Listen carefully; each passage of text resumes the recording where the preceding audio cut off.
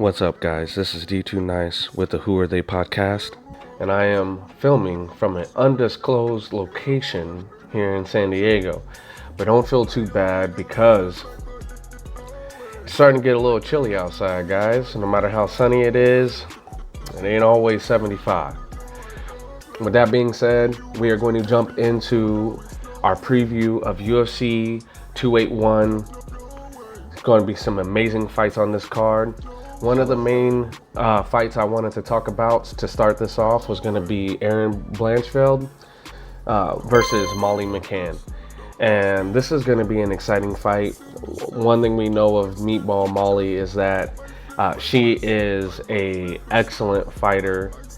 She has excellent ground game, and she's a striker. I mean, the ability to put somebody out, even with punches, spinning back fist.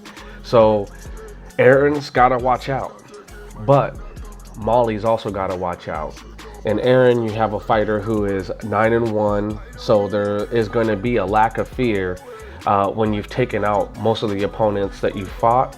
So I imagine that this is going to be a fire with fire type of fight, where both of these fighters are going in with a lot of momentum and a lot of the inhibition of fear. So I think it'll be an exciting fight, one that you definitely need to make sure you're going to be watching if you are planning to watch 281 on Saturday.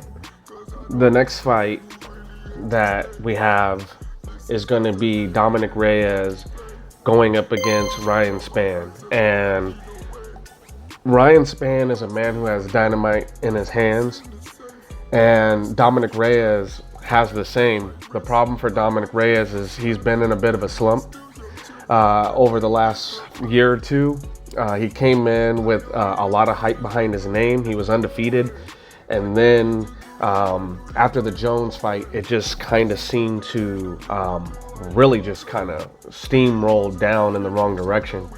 I feel like when you go up against guys like John Jones, Habib Nurmagomedov, you go up against Israel Adesanya, George St. Pierre, Anderson Silva, you're going up against fighters that will leave a lasting impression in your mind, especially if they beat you pretty handedly.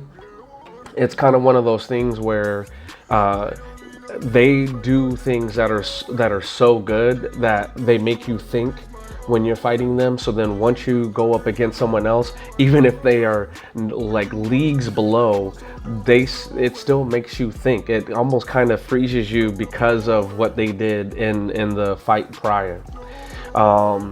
So Dominic Reyes, I think, has a chance to start getting back on the right train. And while I root for him, he's a California kid, I still think that it's in Ryan Spann's barnyard. So I got to go with Ryan Spann on this one. The next one is going to be Brad Riddell going up against Renato Moicano. And this should be a fireworks fight if there is any on the card. I think Brad is really in the position to try to get back into good favor with the UFC brass with this fight. He's an exciting fighter, and so is Renato. So I expect that this is going to be a fight that people will talk about come Monday around that water cooler. I know we're kind of speeding through these, but we have a lot of great fights on this card. So we want to get to the co-main and main event, and then of course also the people's fight, Dan Hooker versus Claudio Puelles. And again, we're talking about a fighter in Dan Hooker who came in with a good streak and is starting to fall off a little bit, and it's tough to see. He fights out of city kickboxing. There's a lot of great fighters that fight out of city kickboxing, and Dan Hooker on his own is a highlight guy who is really exciting to watch when he's doing well, but he's just had a string of bad luck, and here's to hoping that he can get back on the right track come Saturday.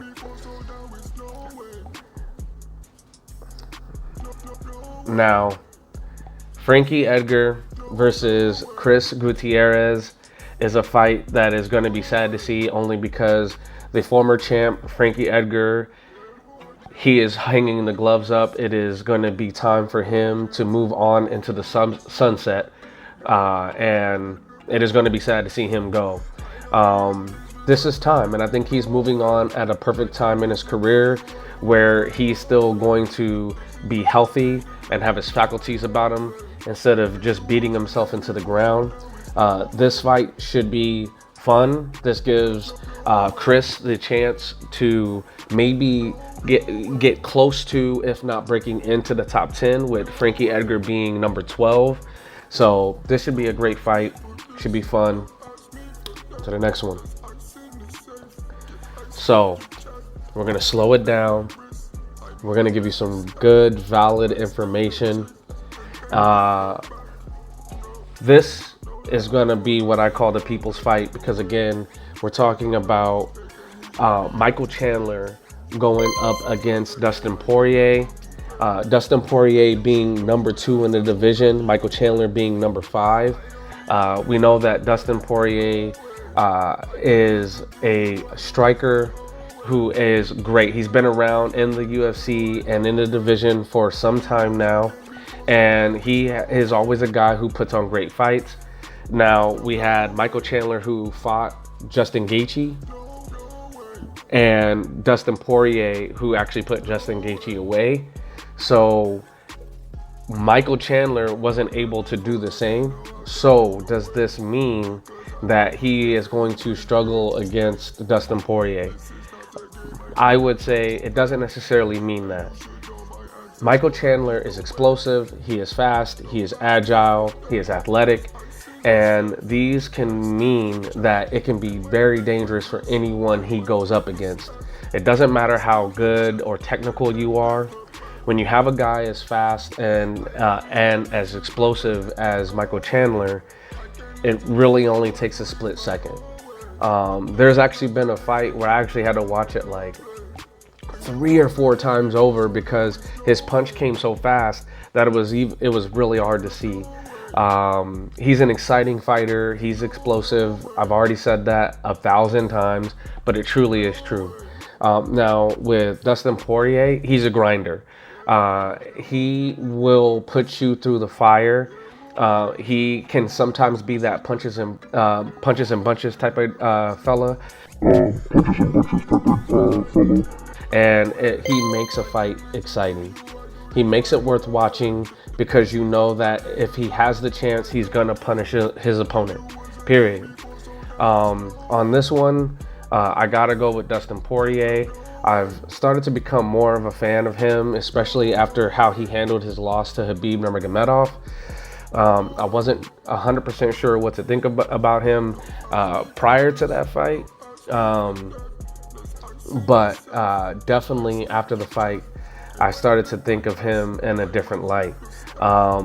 He's always been a person that I've looked at as a great fighter, but definitely how a fighter handles themselves after a loss is as important to me as how they win. And this one here, gotta go Dustin Poirier. Now, we are going to talk about the co-main event. This is for the women's strawweight title. We have Carla Esparza going up against Zhang WEILI. This is going to be a brawl. I mean, anytime that WEILI is in the octagon, she is going to strike. She is going to press, and she is always going to put that lead foot forward, and she's going to come at you. And she is going to make it as exciting of a fight as any woman in any division is going to make a fight. With that being said, Carla Esparza is, to me, very well-rounded. And she does have the potential to retain her belt, but it is going to be a tough night in the office. I mean, that's just period.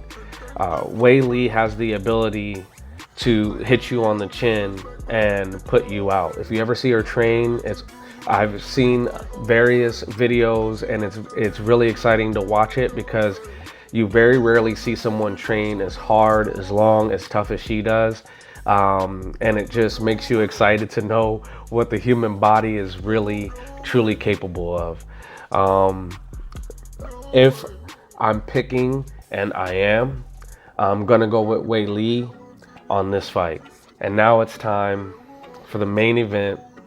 We have Israel Adesanya versus Alex Pereira. And this is an interesting fight for me, just because it's not about the past fight and the past experiences. It's actually about the game plan and the mindset. Where will Israel's head be come fight night when you're dealing with a man who's not only won by knockout but has won by decision? For me, fighting is so much more than what you do with your hands and with your legs. It's about how you combine both your emotional, your IQity, and your body in the octagon or the boxing ring. And the thing that's interesting to me is, here's a man who you are now saying, okay, I can't leave it in the hands of the judges, because to make this exciting, to spice this up, they may go his way. I can't leave it to that powerful left hand of Alex Pereira, because if I get caught, it doesn't matter who it is, whether it's Izzy or it's Paulo Costa. It could be good night for any man in that division if he puts his hand on your chin. So I will say that I think that there's going to be a lot riding for both men on this, and both of them will probably go in with a sense of nerves. I believe that Israel has the ability to channel his nerves and understand why he's feeling the way he's feeling better. You see it as he goes through his training. He talks a lot about his breathing techniques. He talks a lot about being in the moment and taking the times. He does the showers. And I think that's what makes Israel an exciting fighter, because he is well-rounded with his training techniques, the techniques that he employs while he's fighting, and then understanding his mind and his emotional state. I think that with the smaller gloves and with the momentum that Israel has, not to mention wondering how people are going to perform when they have more interviews that they've had to do, there's a lot more media. I believe that you're going to see that Israel does come out on top. He is used to being in this position by now. And while Alex has been a champion, has he been through this kind of scrutiny? Has he done this many shows? Has he had a microphone pushed in his face this many times? Not to mention that I know Izzy is coming for his head this time. In this fight, I gotta go with Izzy. I hope that this has been an exciting time, that you got to listen to my voice. Please like, share, and subscribe. Most importantly, please comment. I'd like to open up the comment section to allow people to voice that opinion. I want to know what they think. I think it makes me better in doing this. And those opinions are something that I do use, I do utilize. This is going to be a great fight. It's going to be a great set of fights. So I hope you guys are also tuned in, just as I will be. UFC 281 Madison Square Garden, and we out.